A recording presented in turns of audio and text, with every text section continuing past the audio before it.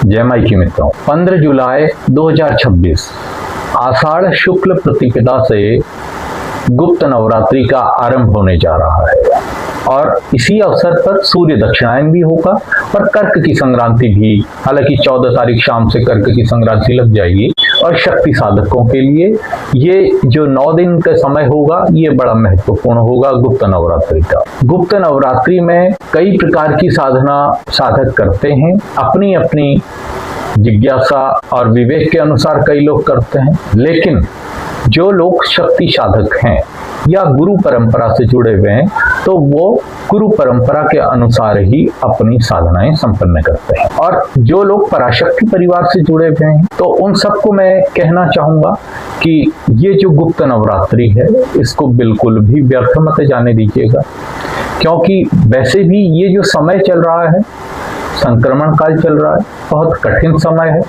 आप देख रहे होंगे विश्व में, हमारे देश में, समाज में बड़ी उथल पुथल मची हुई है। कब कहाँ क्या होगा कोई भरोसा नहीं है। चाहे राजनीति है, चाहे धर्म नीति है, सब कुछ अस्त व्यस्त और त्रस्त दिखाई दे रही है। और ऐसे में आवश्यक है आप स्वयं को भी मजबूत करें, अपने परिवार और समाज को भी मजबूत करें और राष्ट्र कल्याण के लिए, राष्ट्र बचाने के लिए भगवती से विशेष आराधना।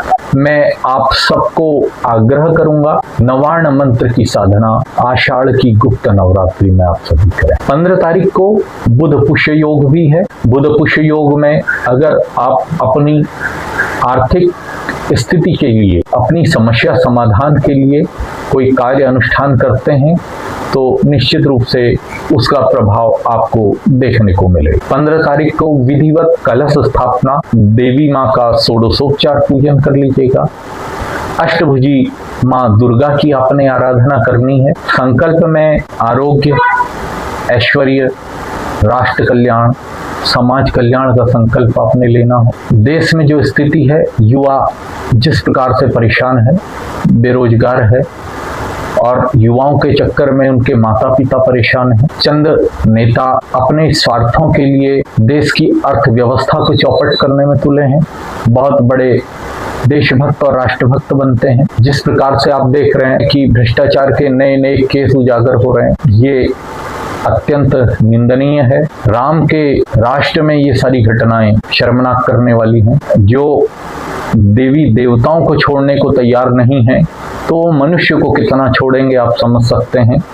इसलिए आपको अपने मान सम्मान की रक्षा अपने आप करनी पड़ेगी। कोई सरकार साथ देने वाली मुझे दिखती नहीं है, क्योंकि स्वार्थ में, धन लोलुपता में हर कोई पागल हो चुका है। जो सही चीजें, सही बातें उठाना चाहता है उसकी बातें वहां तक पहुंचती नहीं है, क्योंकि उसकी क्षमता इतनी नहीं। कुल मिलाकर बहुत चिंतापूर्ण स्थिति है देश। और ऐसे में जो राष्ट्र के नागरिक होते हैं उनका फर्ज बनता है कि वो राष्ट्र कल्याण के लिए कुछ करें, क्योंकि आज भी हमारे धर्म में, हमारी साधनाओं में इतनी ताकत है। समस्त साधक समाज एकत्र होने से तात्पर्य है कि अपने अपने घरों से ही आप लोग अगर आवाहन करके राष्ट्र कल्याण के लिए, इन आतताइयों के नाश के लिए अगर अनुष्ठान करेंगे तो विश्वास मानिए देश की रक्षा हो जाएगी, देश के नागरिकों की रक्षा हो जाएगी,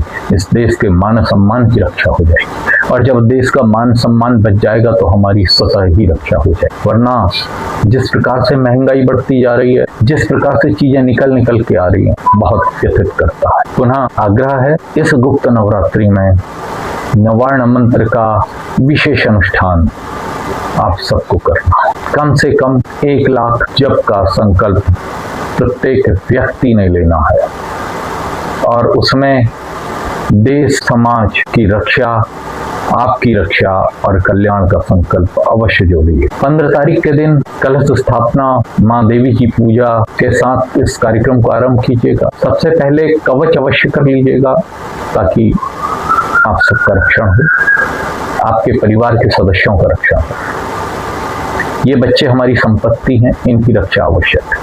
हालांकि आजकल की शिक्षा व्यवस्था इन्हें नास्तिकता की ओर लेके जा रही है, ये भी एक दुखद है। लेकिन फिर भी जो लोग समझदार हैं कीजिए और उन बच्चों को प्रेरित।